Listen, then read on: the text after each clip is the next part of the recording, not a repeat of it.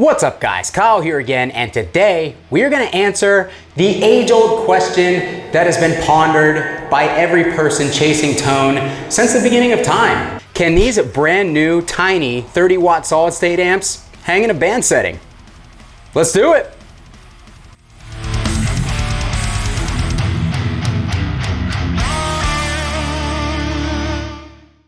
Alright guys, hope you're doing great out there today. If this is your first time here at my channel, my name is Kyle, and what I do is I take awesome high gain amps, guitars, cabs, speakers, pickups, overdrives, I record them with a simple SM57 setup, and I give you guys the unprocessed audio on your end. So if you're into E standard thrash riffs, drop C hardcore riffs, and dudes who have really terrible jokes, you're definitely in the right place. Consider hitting the like button on the way out and subscribing so you don't miss any more of my stuff.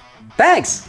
So, as stated in the terrible intro of this video, we are going to answer the question of whether these brand new little 30-watt solid-state amps from Boutique Amp Distribution can actually hang in a band setting. Probably one of the #1 questions that I get on my channel is, can the smaller lunchbox amps hang in certain band settings? Can they keep up with a loud drummer? Can they keep up in an environment where they're not going to be mic'd up, say a band practice scenario or a really small live gig where there's gonna be like a small PA or something available and you're not going to be able to project your guitar tone out into the crowd any other way than just pumping it through your cab? And with the onset of all these new Boutique Amp Distribution mini boutique heads such as the Bogner, the SLO, the Friedman, and the Dietzel, it really seems like the tone of these mini amps have come a long ways, and many people have been curious on whether or not they're just cute little novelty items or practice amps,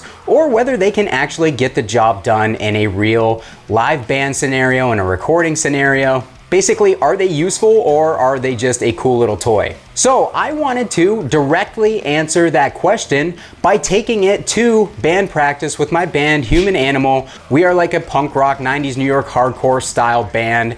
We have a loud drummer and we practice in a small space, so things tend to get very loud very quickly. So for this video, I wanted to give you a comparison, so I brought a dual rectifier with me as my main amp for practice, just to kind of record a quick clip and show you guys what it sounds like when I've got a tube amp going that has absolutely no problem keeping up with the band. And then after you guys hear that clip, I'm gonna hook up the SLO Mini and I am going to do another song, the same song, but with that amp. My guitarist, my bassist, they're not gonna change any of their settings. We're gonna keep the volumes loud as we always do, and we are truly going to see whether this thing hangs in a band setting or not. So without further ado, let's jump into that and I'll kind of walk you through some of the things that are going on here. If you are.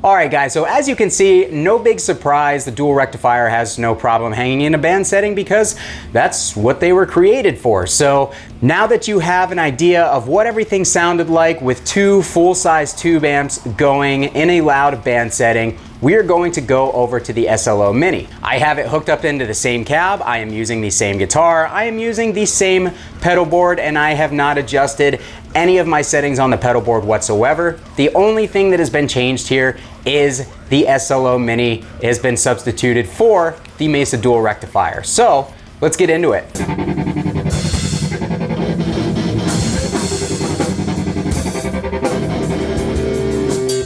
As you can see, my initial reaction to plugging the amp in and turning it on was rather surprised. As soon as I started to push the volume on the amp, I knew that it was at least going to be loud enough in order to hang in a band setting with no problem. And that kind of caught me off guard. I wasn't expecting it to be as loud as it was.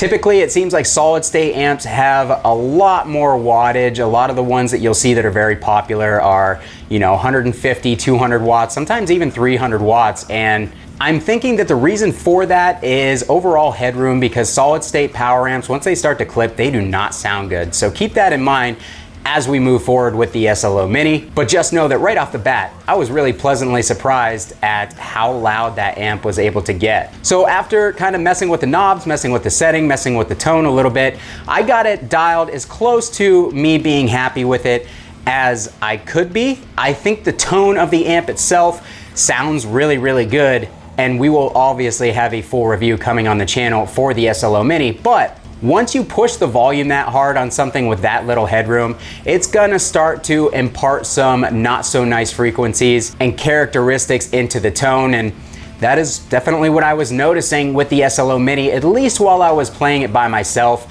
It was just sounding like there was some sort of mid-range frequency that was just really not pleasant, and of course, it's not going to have the depth and the full low end that something like a larger tube amp will, especially a dual rectifier. So with that in mind, let's hear how it actually sounds in the setting of the band context.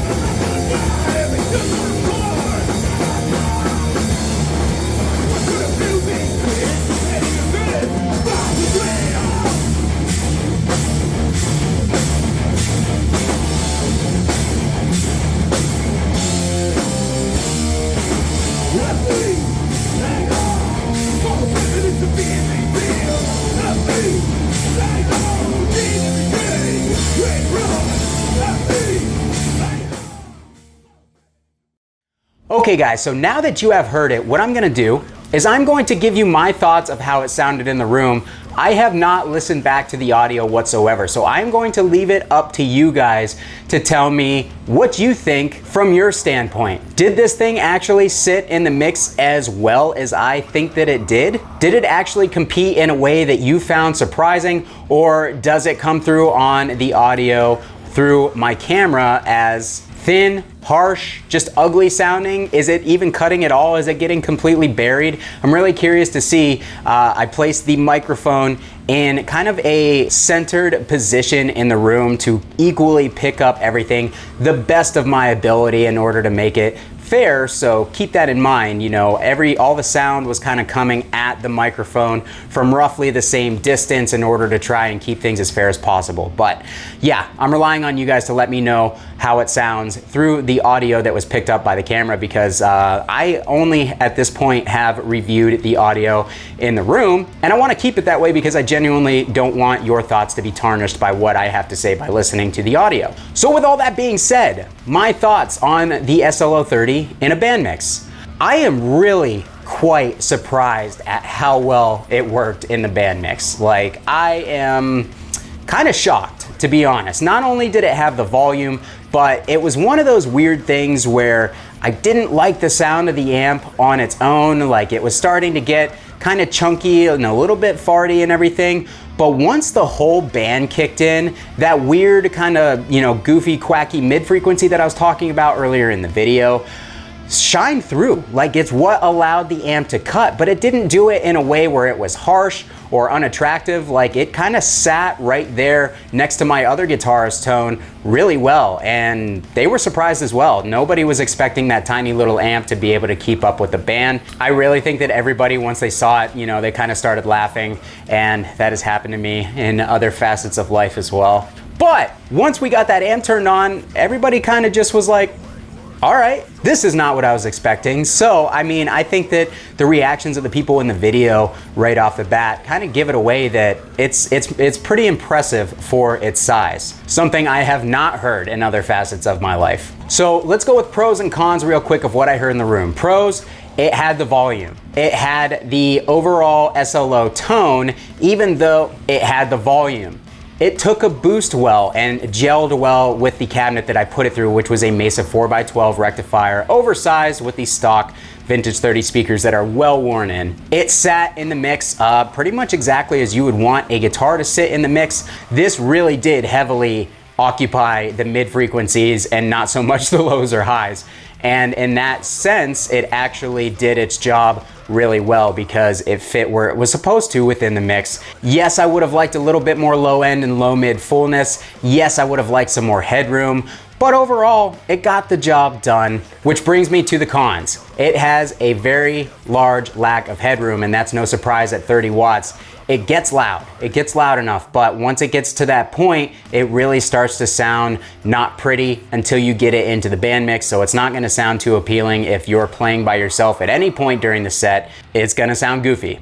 2, I really think that the mid frequency is kind of baked into the tone of the amp once you really start pushing that power amp, and that's something that you're gonna wanna put an EQ in the loop of the amp to kind of pull out, because it was a little bit pokey on certain notes and at certain times. And like I said, if there was a part where my other guitars cut out and it was just me, it didn't sound great. But overall, that's really all I have in terms of cons. I think the pros far outweigh the cons in this situation, especially at that $249 price point. And with that, I am finally done talking. So, what did you guys think? What did you guys hear in the audio that I may have not described in my assessment of the in the room tone? Do you have experience with the Soldano mini amp?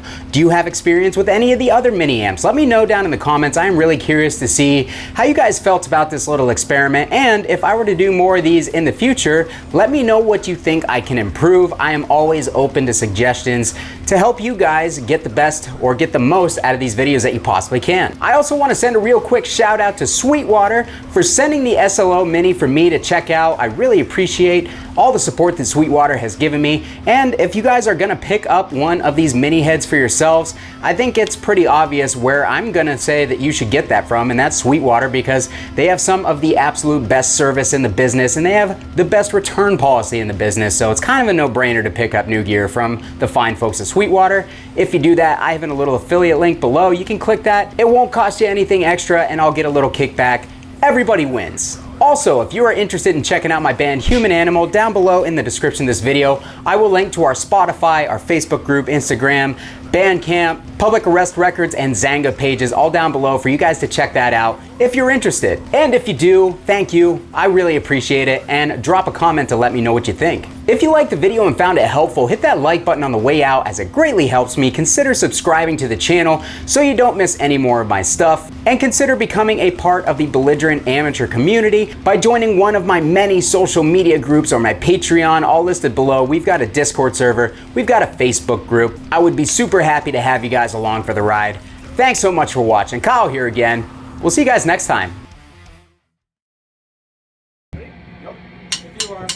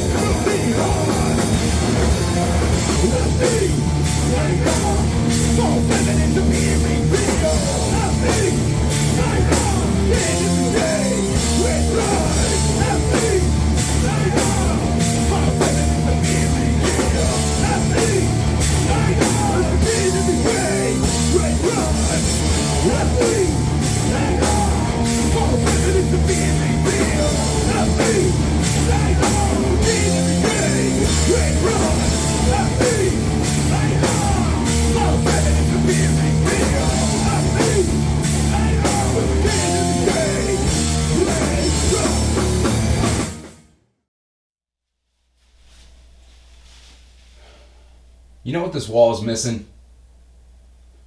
Another amp.